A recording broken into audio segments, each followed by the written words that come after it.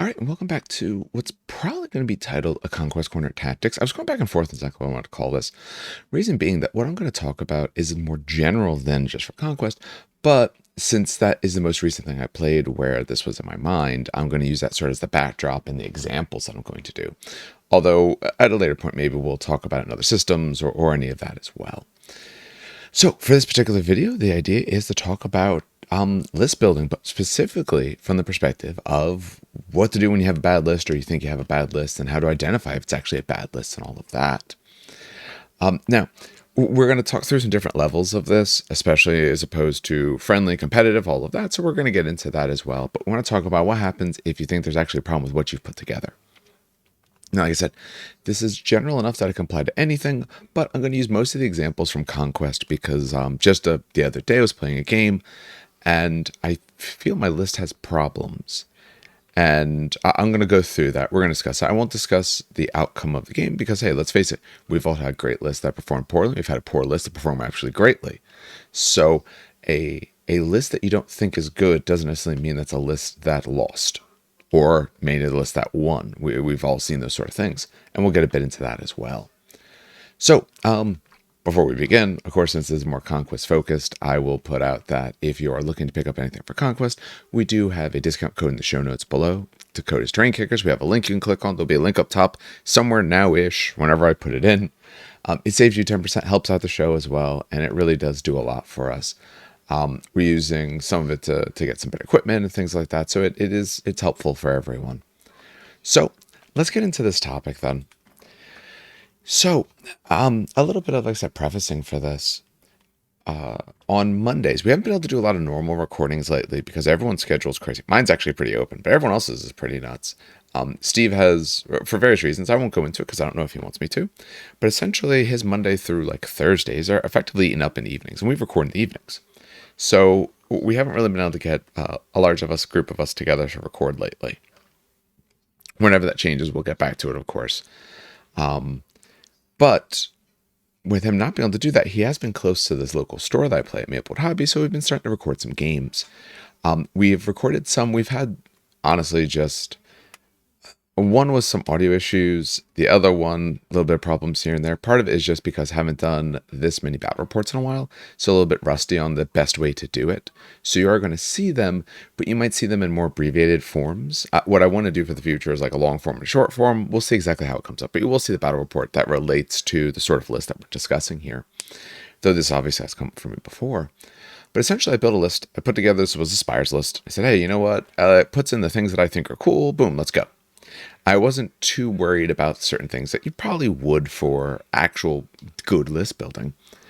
And when the game was sort of over, I kind of thought about it and I said, you know, I have some problems in my list. And that there's some issues that I found that it had. And again, that's not necessarily anything to say with performance.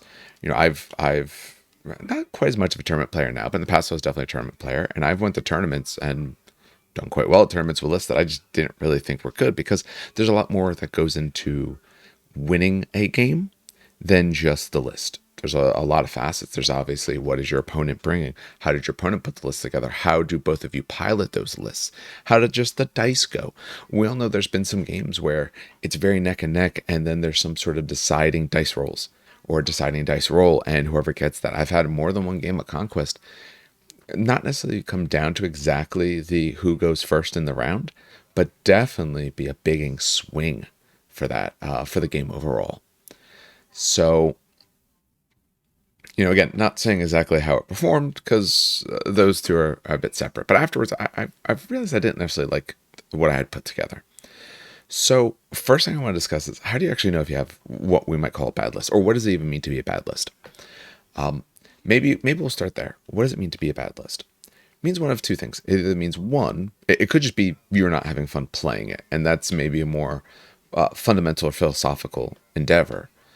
But usually it means it's not performing either the way you want, it's not doing the job that you want, and both of those could lead to you not enjoying it. In all honesty, I got rid of my Cruel Boys because even if I built good Cruel Boy lists, they still weren't, to me, fun lists.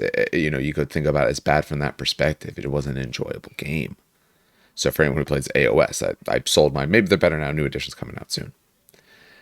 So, and I think you do have to make a distinction between competitive and non-competitive, what it means to be bad. In a competitive list, if you're going to a tournament, obviously your goal should be to have fun. Don't go to a tournament if you're not going to have fun. If it's, well, I either win or I'm going to be miserable, you're probably going to be miserable. Only one person wins when it's all said and done. Everyone should be going for fun, and if you happen to win, great. But when it's competitive, you're bringing a list to give yourself the best shot you can imagine towards winning. So maybe the list doesn't perform well in that competitive sense. Maybe you notice there's large synergies lacking, there's some sort of issue related to it. Or if we think about it more from the less competitive, more of the friendly sort of aspect, a list could be bad either because one, it just does not perform, or performances are lacking, or some other things we'll get into. Or maybe it's just kind of like the other side to this, the other side to this coin is if you're playing for fun with your friends, you want the games to be reasonably equal. You don't want to be always the one being stomped or stomping. At least I hope not if it's your friends. So a list could be bad because it's just outclasses someone too much. So when it comes to friendly, there's a little bit more leeway. But we're going to start with a little bit more of general competitive, and then we'll talk a little bit more about that friendly bit at the end. So how to know if your list is actually bad? I said, it's not always your win-loss. On individual scales, no. Over the time period, so for anyone who doesn't know, there's this idea of law of large averages. Law of large numbers. And the idea is the more that you do, the closer you are to an average. So if you flip a coin 3 times, you could get heads 3 times in a row. That's actually not that hard to do.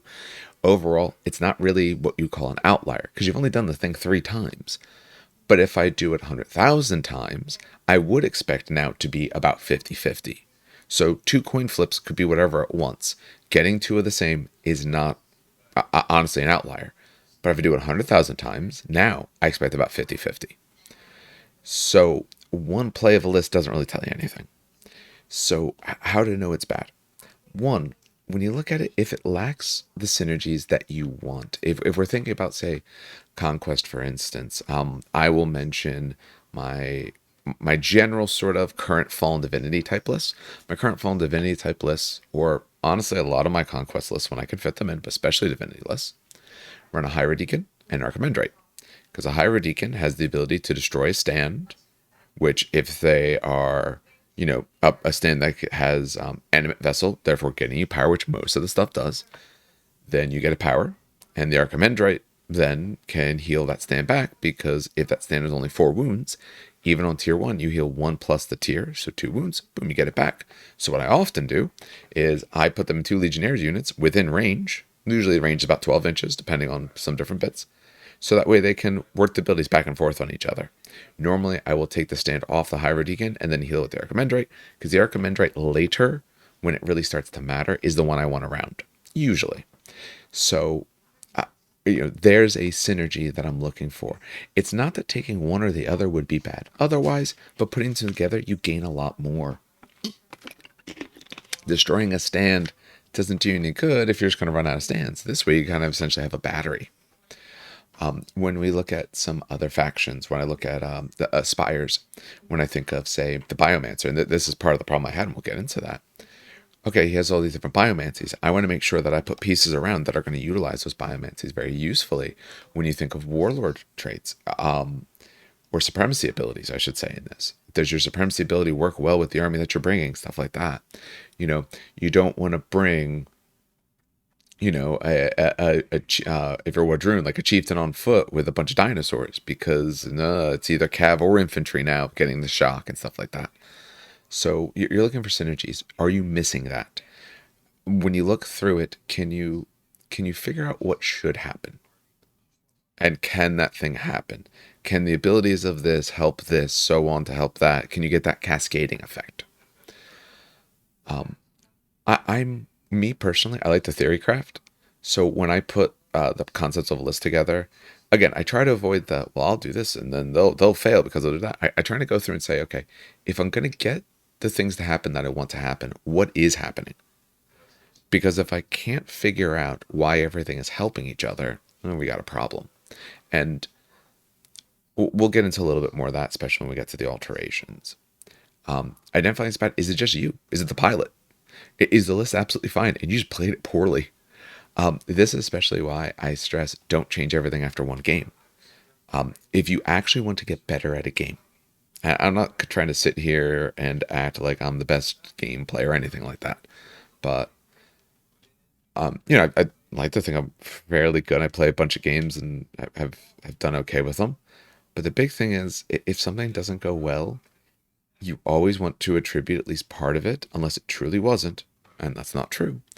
You always want to at least attribute at least part of it to yourself. Yes, dice play an effect. I've had some games. I had a game, it wasn't recorded. I might have mentioned this before, but I'll mention it again because it was the craziest dice rolls I've had in a while. I had a Rakshasa that had charge that was attacking, so I was on fours, 15 dice. I got one success. I had 14 dice out of the 15 that were fives and sixes. So like, yeah, that happens. Like, there's nothing you can do. That's not supposed to happen. But generally, even when that happens, you still have other times to make up for things, unless that was legitimately the last die roll of the game. And even if it was, there's probably other plays you could have made earlier that could have made sure that the last die roll of the game wasn't necessary. So was it you? Was the list fine and you just didn't do it well?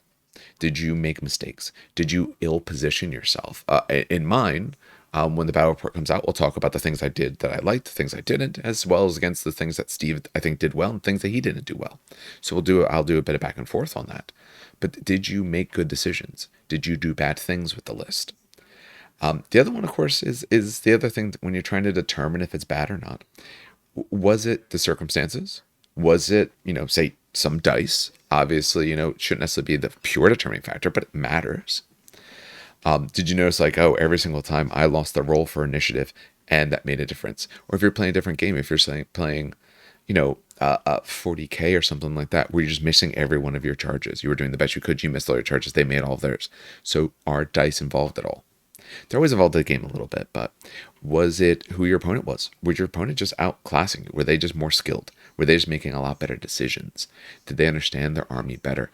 In general, especially in tournament settings, knowing your army matters usually more than your base skill level, because when you're talking about multiple games, when you're talking about playing, especially if you're talking about some of these, say, bigger 40K tournaments where you're playing maybe 7 games in a weekend, knowing your army, being able to kind of autopilot your decisions helps a lot, because you're going to burn out sooner or later.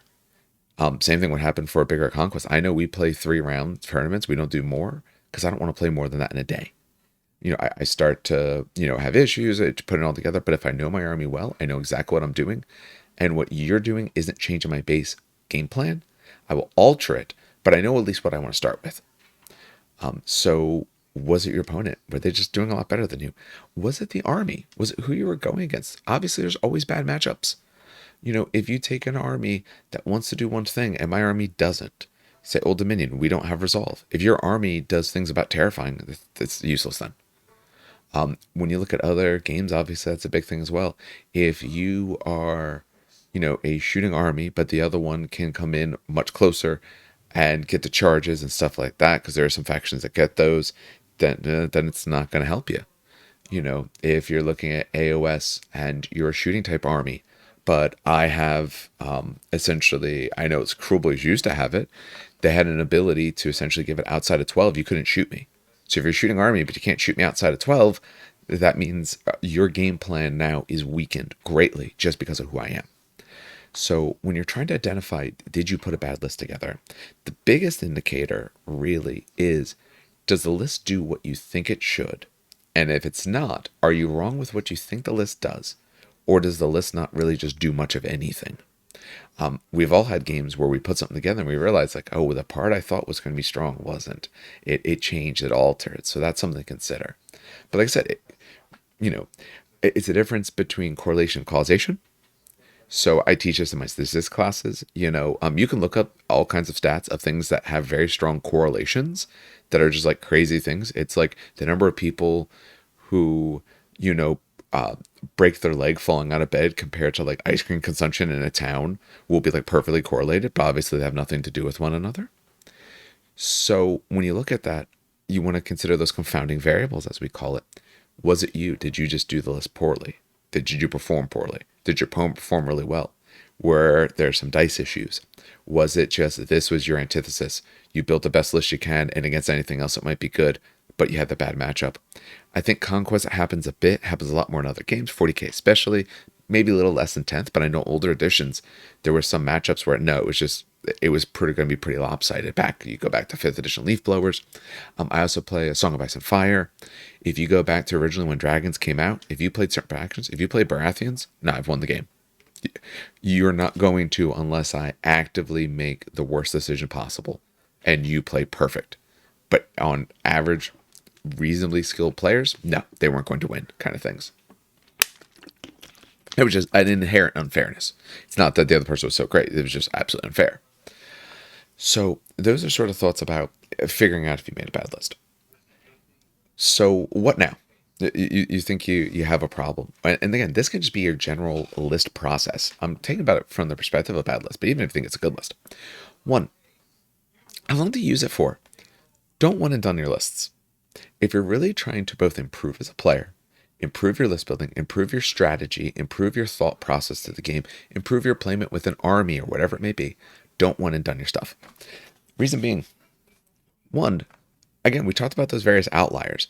You might think that you did a really poor job putting it together, but maybe, like I said, maybe it was something else. Maybe your opponent just did well. Maybe you went to the wrong faction. Maybe there were some dice rolls that you didn't really pay attention to. Maybe it was the ordering of some cards. Maybe your list was fine, but you picked some orders backwards, and that kind of screwed you over. Especially in this game when you have characters with abilities to trigger onto units, then the units going. That matters. I know, at least in my game, which you'll see, there's a time, at least one time, might have been more, but one time when I had my Biomancer go and I said, oh wait, I didn't think about that. I wanted him to go earlier to give an ability to these people so they were still in range to do this, that, the other thing. So, and I'll go into more of that if you end up watching that, especially the shorter form that I'm going to do. I'm going to discuss more of those decisions. So my general rule of thumb, personally, I never change them more about 10% of my list when I'm trying to actually figure something out. Now, again, I've played, I don't know, the 50 plus games with my old Dominion or something like that. However many it is, I don't know. Because I've played online as well. I'll play in person, stuff like that. Maybe it's less. I don't know. 30 to 50 games with them. So now, like, I understand them, and I'm kind of playing just to try out different stuff. So I'll vary whatever I feel like. But when I'm playing my Sorcerer Kings, I kick to about 10%. I try not to change more than about 10%. So about 200 points. Again, if you got to change a tiny bit more, that's fine, because maybe your squad you want to put into 210 kind of thing instead. But I try to change about that much. It works out to be about a unit, unless you took a big, like, honking unit of something nutty. I'll take 5 packs of Buckefli. I'll take 5 packs of Cataphracti and crazy stuff like that.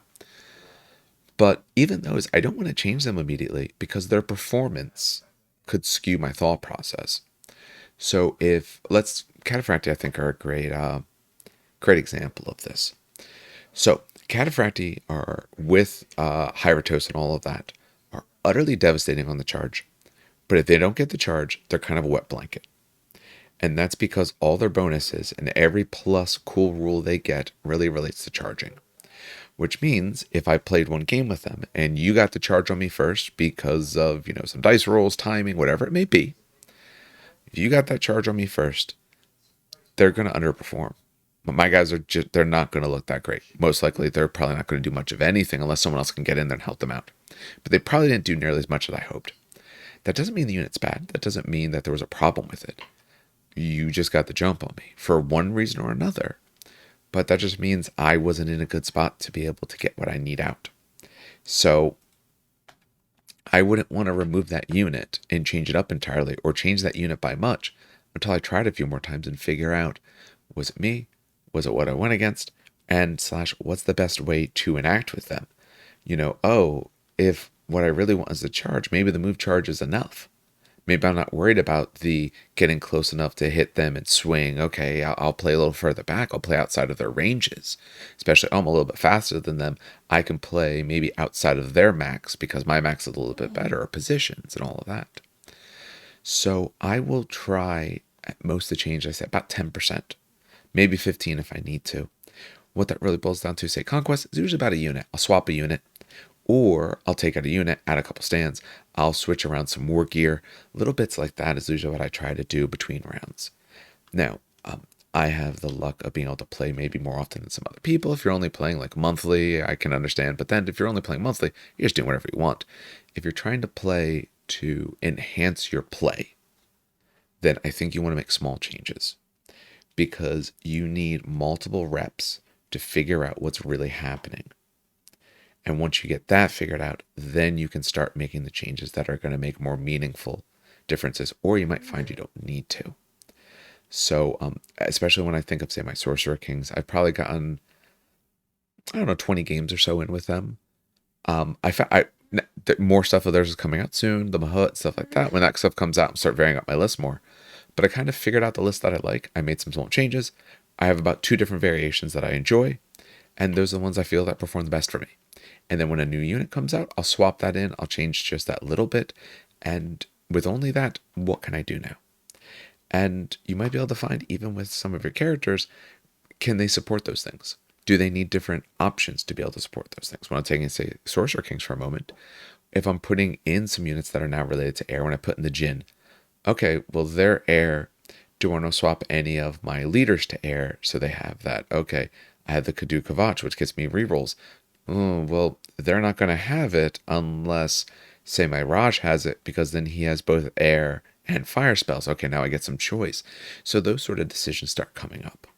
So I would suggest don't change much, especially if you can play often. Don't change much, or don't change anything at all. Run it 2-3 times to figure out what's actually going on. And especially what's useful is to try it against different stuff. If you run it against the same exact opponent, same exact list on their side, it may not really tell you that much, because it might just be like a bad matchup or something like that. Try to play against other people, try to play against other armies. And like I said, try to think through what should happen. Try to sit back and say, what should my list do? What are its strengths? Do I think its weaknesses are? What do my good turns look like? What are some of the setups I want? Like I said, when I think of Cataphracti, ideally my goal is to be able to get, since I have a Hierotos, charge something weak, destroy it on my 1 or 2 impacts. If I can break them, I get it again, then charge into something else, do that again. Okay, so what sort of things do I need to be able to do that? Well, I probably need to be coming from a flank or along the edge, because I'm hoping to either hit you in the side or hit you in a spot where maybe you don't have a bunch of army to kind of stop me. Those sort of thoughts. So, talked about how long to use it. We talked about how to alter it. Like I said, small changes. Why was it underperforming? If you thought it was underperforming, is there a good reason? Was it because the units didn't get to do what it wanted? Was it because it actually just isn't a good unit in the way that you enacted it? Is it because, really, to make this work, I kind of need some bonuses? Again, talking about my Cataphracti for a moment, they really need to be tier 2 dark power, because they need their memories of old to really be able to enhance, to get at what you want. Okay, well, I charged them in too early. They weren't quite there yet. Okay, well, if I have an Archimandrite close enough, I can make them tier 2. Now they get their memories old and all of that. Again, when I think about the Spires that I've been playing, because I've played Spires a few times now, and you'll see them on camera more as well, because the store owner, John, has a Spires army, so I play that too. For that, okay, timing of your characters, especially Biomancies and Ferromancies. You need to stack your deck in the correct order. You need them to go off on the right time. You need the correct distances. Oh, I need my Biomancer closer, so the drones he's with need to go first so he can get to the right position to put this Biomancy on someone else to do whatever rule I need to have happen. This is especially true when you think of Wadrun, because there, you're not only caring about when your unit goes, you care about what chant and when the chant is about to go off. So there, a very useful delay tactic is putting a character first, they do nothing, next activation you do, now the unit goes. But that might be stacking the cards faster than you want, because I don't want it to be this unit, I want it to be that other unit. So there as well, you have to figure out, if you're a Wadrun player and it didn't go well for you, was it really your list, or was it your use of that? Was it the cards? Was it when you used that? Because that is a key facet of your game. Your units are designed to get those upgrades, those bonuses and buffs. So if they're not getting it, then things probably will underperform a bit. They're not going to do what you think. So that's a little bit extra. Another thought to have is what strengths to capitalize on. Where did it perform well, and where wasn't it the outlier? Here's what I mean by that. If you take a 3-block, again, I'll talk Spires, let's say Avatar. I take a 3-block of Avatar, and they cut down some giant block that they really probably shouldn't have. They have good attacks. I mean, they're pretty good in general. But maybe I rolled really well. The opponent rolled really poorly. Took a bunch of them down. I like the upgrade that gives the Aura Death. The Aura Death takes that out. Well, was it, does that make it necessarily a good unit? I think Avatar are really good. I personally love them. Does that make it a good unit? No. Outlying performances, much like if something goes very poorly, something doing very well doesn't necessarily mean that it was good decisions, especially when you're thinking of buffs. You want to be careful of, well, hey, this one particular round, I was able to get everything I needed onto this unit to do this great and awesome thing. Okay, but how realistic was it? Did you need 3 or 4 bits to go off first to make that happen? Because you won't always be able to get that. That doesn't mean you can't try for it, but you won't always have it. So can you work well without it? When we take a look at my old Dominion list, I take a lot of Dark Cenotaphs now. Because Dark Cenotaphs means if I'm staying on objective with my Legionnaires, I get extra Dark Power. Not all missions use enough objectives in the way that I can go stand on them. The couple that I've played more recently have had objectives closer to the backfield. We randomly pull and see what mission we get. But then I'm close to the backfield, so I've been able to use that well. And I know that that is a good plan. It won't always work, but I know if it doesn't work a game, that might be because of objective placement. If they're 6-inch objectives along the middle, it's going to take me a bit of time to get there, and I'm not super survivable on them, so I really don't want to be there. I want to be more backfield objective holding. So if I have a game, depending on the mission, where it doesn't go as well, that could be the mission instead of my list. So you want to talk about what your strengths are, what went very well, and figure out what made it go well. Was there a very good reason why your list performed well? Or was it some sort of, like I said, one of the more recent ones I had, there was a 12-inch objective in the back. I was able to sit both my unit with Dark Cenotaphs on there. With my little battery going then, that's 5 Dark Power a turn without you doing anything to me. That means, every other turn, I'm up another level. And then if you actually start destroying some stuff, I'm growing even faster. So, yeah, in those games it worked perfectly. But in the next game, may not happen. It kind of just depends on the missions and things like that. So, that is something I didn't mention as well. Of course, you also do have to think not only of your opponent's army, but the mission. If you, say, take a lot of lights, but you happen to get into a mission that has tons and tons of objectives, yeah, I can contest, but they're not really going to score. Maybe that's not enough. So those sort of considerations. Again, if you think of other games, the same exact ideas work. When I play Ice and Fire, I'm personally a player who I like to bring 3 NCUs if I can. But if you bring 3 as well, then someone's NCU is hanging out, and they don't, at the current timing of the rules, they don't get to do anything. They don't get to pass anymore. It used to be that you could. So, but when I bring 2, that gives you more board control, more NCU board. I don't really want that to happen. I do play Targaryen, so sometimes I'll bring the 6th spot, and that kind of frees it up a little bit more. Those sort of thoughts. Same thing, I was playing against my dragons the other day. A Dance with Dragons is actually a really bad mission for Targaryens, for their dragons, because it sets their move to 2. And the whole idea is that we are very fast moving. We're very mobile, and I lose all my mobility. So I was able to jump on objectives, but I can't get away. I was going against Baratheons, who are generally slow. My dragon should be able to run circles around them. But if I grab an objective, and now effectively I have no move, they'll catch me. And that's exactly what they did. So, that's a little bit about the idea of altering. I said about 10%. What underperforms? What do you want to change out? And looking for those synergies. So, I want to talk a little bit about the list I had. Like I said, if you watch that battle report, I forget exactly what's coming up, but this will be the list that I had. I had a Biomancer. He had Degenerative Aura because giving lethal hits is funny to Force Corner drones. And a Master of Flesh, so you can do 2 Biomancies. I took him as my Warlord. That means that I can count objective zones for in range of his Biomancies. That's 7-pack of Force Grown. 3 Incarnate Sentinels. Lineage Highborn. Lineage Highborn has Cascading Degeneration that gives Aura Death to his unit. He's in a 3 block of Avatar, more Avatara, Centaur Avatara, and a Siegebreaker. And then we have a High Clone Executor. He's got the Marksman variant, so he's shooting the same way as the clones. So he's in the clones, dispersion, so that way it'll make it a little bit easier if anyone wants to actually shoot them, because clones have absolute garbage survivability. Their defense 1, evade 0. But makes sense, they're clones. And then a unit of Vanguard clones, because I needed something. Give him Assault Preceptor, because hey, why not? We'll go Blender. Overall, when it's all said and done, I'm not I don't think the list was a very good list. And here's what I mean by that. It wasn't performing. The things that I thought I would get to have happen, I wasn't having happen. Even when I just thought about myself, I wanted to go Biomancer because I liked the idea of using his different heal effects and getting multiple Biomancies and be able to put them on objectives. Now, part of it obviously was a mission. Missions that have more objectives are better for this. Missions with less objectives are worse. The other issue I was kind of sort of running into, does add the extra, okay, good, adds the extra 2 here, is getting his Biomancies to go off. So part of it is positioning. A lot of his Biomancies relate to 12 inches unless you're on objective, but otherwise it's 12 inches, which means he kind of wants to be somewhat middled. If you don't put him middle, then you may not get the things that you need early. When we think about some of the Biomancies you get, okay, hey, Deadly Blade's Deadly Shot is really good to give to someone. But then you have to do your timing right.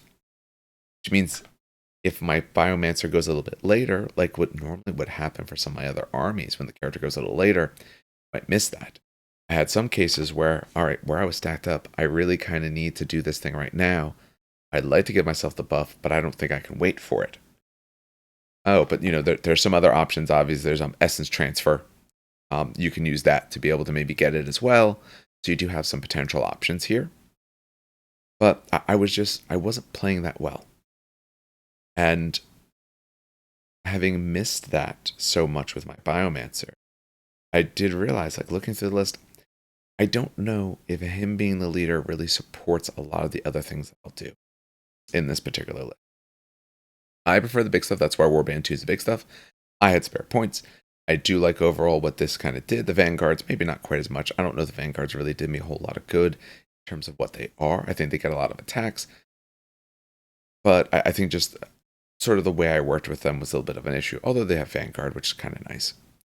But I found that for a chunkier list, which is the type that I built, that I wasn't getting quite out what I wanted. Now, I do think part of it is because, like I said, I was taking Directorate. Whereas if I took Son of Lineage, then I could actually up some clash numbers. And I was finding, because it's been a while since I've done otherwise, Avatar are natural in the clash 2. That's 3 when they charge then, or inspire. Getting them to 3/4 when inspired, because Son of Lineage makes them hit a lot harder. So, okay. And yeah, I know it costs like 15 extra points to have done that. But these guys with a banner at 200, I'm actually hitting quite a bit more. Especially if for any reason I can't inspire anything like that, or going through some terrain features doesn't let me. It's making a very big difference. So I think if I want to run a Biomancer the way I did, I think I want different types of things. I think I want more large units. I think I want to be able to use his catalytic rupture and take some catabolic nodes and kind of aim for that being the piece. I think if I'm running Biomancer leader, I think I probably want 2 Biomancers. I want to be able to pass around Mending Fleshes to start getting things back. You'll notice if you watch the thing, I don't position myself too well for certain spots of that. So I get into trouble where, I kind of need to heal, kind of out of range. I wanted the unit to go first, but the unit he's in isn't really a survivable unit, so I have to be really careful with them. Because they'll go down really fast. Obviously, you could go in bound clothes instead if you wanted to do something like that. In this particular case, because they're defense 2 with shield, so defense 3, they're resolve 2. But hey, he's in there, he's resolve 3, you can use his. Because yes, I know Force Corner drones always use the higher one, but they're essentially 1s with shields. These guys are 2s with shields, a bit better. Yeah, that's the main thing. And then or the way they actually hit is better, more attacks and stuff like that. So if you actually care about them fighting something, they are more expensive, obviously. About 10 more points a base. Yeah, 10 more points a base. But hey, maybe my leader should be in something like that. It's a little bit hardier. Make sure he sticks around a little bit longer, gets me a little further than I want. I kind of put the list together without much concern of what it would do. Would it work well together? I did make sure the Executor worked well with the Marksman clones. But that was really about it. And the Highborn to go with an Avatar unit, of course. Overall, that's about the only spots that I was looking at. And I found that, you know what? If I would have done this, I think it would have performed better. I think I would have liked a little bit more of what it did, and it would have made a little more sense to me. Now, what does that mean overall? Again, I'm going to stick to my rule. I'm not going to change this list that much. And one, because like I said, maybe I'm just having a little bit of bias because I look at it and I couldn't get the things to happen that I want. And maybe the things that I wanted to have happen, maybe the list can't do it, or maybe I just missed my ability to. Like I said, when I talk about the things that I wanted to have happen that just didn't, there it is. Now you can see the Warband 3.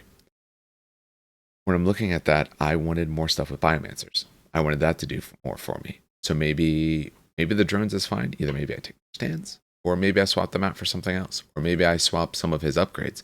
Degenerative Aura I think is great, because that's just funny. Master of Flesh I want, but maybe someone else has to get something.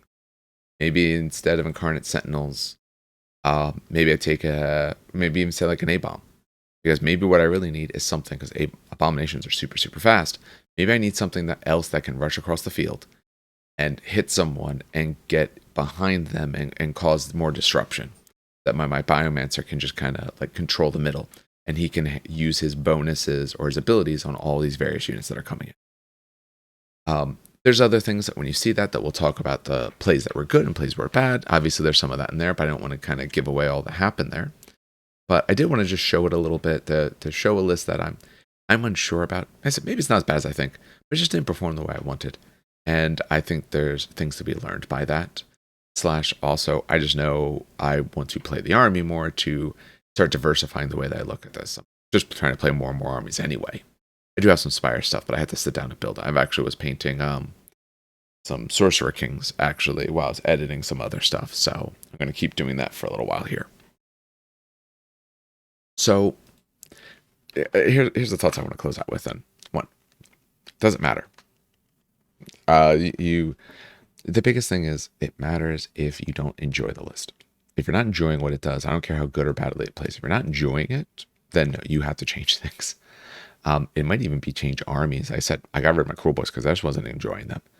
And it's not they were always performing badly for me. Sometimes they were. But just some of it, even when they were performing well, I just wasn't enjoying the game that they were giving me. I've had that before. It's the same reason why Ice of Fire, now I play dragons and all, and I played dragons for quite a bit. But I like them more now because they're just more fair. It feels more like a game now. Where before, sometimes it was just kind of rough for people. Same thing with older editions of 40k. I think current edition 40k is actually quite good. But older editions, yeah, you're going to get someone with the wrong army. You're just getting blown off the table. Leaf Blower was not fun for either side. I don't take fun in just crushing people, me personally, or being crushed. So when I played Tau at one point, yeah, they were absolute monsters, and it was kind of tough to downplay them because of how good everything was. So alter things if it's not fun. Is it not fun because it's not performing well, or it is performing well and it just isn't doing any good? Stop if it's destroying your friend's fun. Let's face it, if this is not a tournament, if it's a tournament, I still feel in a tournament, it is always partly your job to make sure your opponent enjoys themselves. But in a tournament, you don't have to make sure they enjoy themselves by playing down or by them winning or anything like that whatsoever. You should do it because you're a nice person and you're playing nicely and you're being courteous and things like that. And then the dice fall how they fall. And hey, if you outclass them, you outclass them. But when you're playing for fun, yeah, if you realize, hey, wait, my opponent, now they just don't have the things that can handle what I bring, I'm going to alter what I bring. Or, oh, you know what? I play against this one guy. He runs this, this idea of the army just doesn't work there. Again, not necessarily from a list tailoring perspective, but if you were playing an army, like I said, a classic example there for this game, your army cares about does terrifying, and the only army I have is Old Dominion. Then you probably want to change up your army thought, at least for our games. Try something else, experiment with some other things because it's not going to help you. So you're actually kind of playing down. So if you're playing against friends, the hope is that you figure out a way to build stuff. That way it feels reasonably equal. That your wins are kind of going back and forth, or at least if someone's winning more often than not, it's very, very close, kind of right down to the wire. Most of my games of Conquest have kind of fallen that way. It's kind of, I find the score doesn't always tell the story because sometimes the score is very lopsided, but the game wasn't. It was just, kind of took them out round 9 and then I was positioned and I scored a whole bunch because some of these missions can score only like 4 points a round, but some of these missions you can score like 15 points a round. So you might win by 35 points, but in reality, not just because of a little bit at the end and the last turns, you kind of had it. So you have to decide for yourself what matters for you in terms of your list building process. And like I said, my process, I enjoy the exploration of it. I enjoy the theory crafting of it.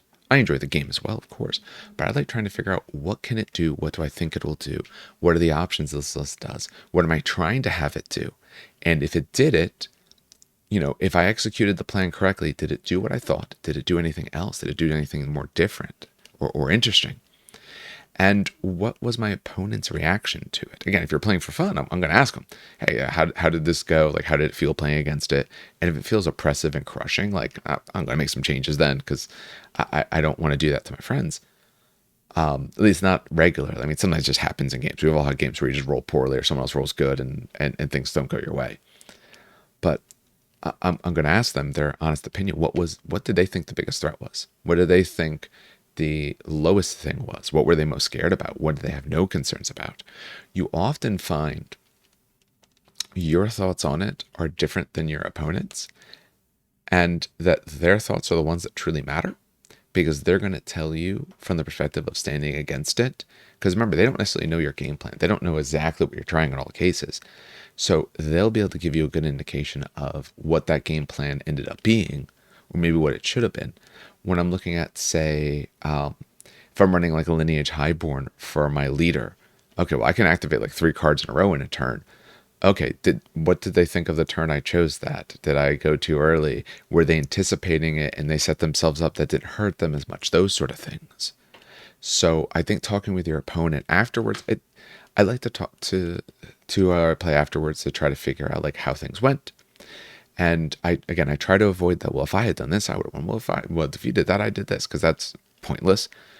But you can still have that discussion of what was the most concerning. What do you think did the best? What do you think did the worst? What do you think you stood the best chance against? All of those sorts of things, win or loss. I think that's a worthwhile sort of discussion. So if you're trying to get better at your list process, if you think you put together something pretty poorly, analyze it, play it a few times, make some small alterations, give yourself the benefit of the doubt that if there's weird circumstances that happen or something greatly underperforms, ask yourself critically, was it the thing itself? Was it the decisions I made? Was it some other external factor? If you put 500 points into something and it doesn't earn you back whatever you think is 500 points, why didn't it? Give it that chance, I find. All right. So you will be seeing a variety of battle reports coming from us, because we recorded a few this week. Some of them, again, we're still kind of shaking off the cobwebs for this, because it's been a bit since we've done these as frequently, and we had some audio shoots before. So some of them you're going to see only in short form, where essentially I'll be talking over and kind of talking about important decisions and stuff like that. Some of them you'll see when they work out well in the long form as well as the short form. I want to do a little bit of both, because I want to do more of like a tactics discussion related to those. I know not everyone wants to sit down and just watch people play a game, but if you do, I like to have those out as well. You'll get at least one long form. You'll get a couple short forms as well. One of the long forms, the player I was going against, he didn't realize he turned the volume off when he put it in his pocket. So the volume, it might be a little bit janky for a little while. So if that's the case, I'm going to do some things with it, but you'll be seeing those coming out pretty soon. For other things you should see being pretty soon from us, Dan and I are going to record some stuff related to Battletech to talk about that game. We're doing more Conquest. I have a few more videos I have planned. Probably not recording more today, but probably tomorrow. So you should be able to see a couple videos from us this week. You'll be seeing even more next week. Battle reports should hopefully start coming out end of the week. Don't know exact timeline on that, but you'll see them start at the end of the week and early into next. But we're recording 1 to 2 battle reports right now a week. Waiting to hopefully make some upgrades to some equipment somewhat soon as well, when I get the chance to be able to do so. But probably mostly Conquest, but we might try some other things as well. Might do some like 30k battle reports if Dan's available, maybe some Imperialis ones. It just depends on who's available and things like that. So for other things, if you have any particular suggestions, put them in the comments on YouTube. If you want to have any go over list discussions or anything like that, you can pop your list down there and I can go through and discuss those and thoughts, and I can invite the other guys on. I know at least when it comes, like I said, Steve I know is a little bit hit and miss right now because he's not available most nights. And I know Dan is actually, they're having another kid soon, which means he might be out for a little bit. So any suggestions people have, or hopefully going to maybe get some locals with people like that to guest star on some stuff. But I mean, if anyone else wants to, I'm listening. I'm always willing to talk to whoever, as you know, as long as the rapport is decent, kind of thing. But so that's what we have. Keep in mind, if you want to buy anything for Conquest, we do have that code Train Kickers. Like I said, saves you 10%, helps us out, really does a lot. If you just want to support in a different way, like I said, for Conquest stuff, do that way. Get yourself something, helps everyone. But otherwise, we also do have a Patreon. It's always in the notes beneath the show. That's always just a nice way to help make sure that we cover our costs, because podcasting does have costs. So that really does it for us there. And that's what we really like about that. And it helps us be able to kind of keep up and keep going without having to have some of those same concerns. But we have that as well. But I don't push that as much on Conquest videos, because for Conquest videos, you might as well get some models as well. So, but we do have that as well. All right. Well, on behalf of everyone here at the show, has a good hobby. It's a great gaming.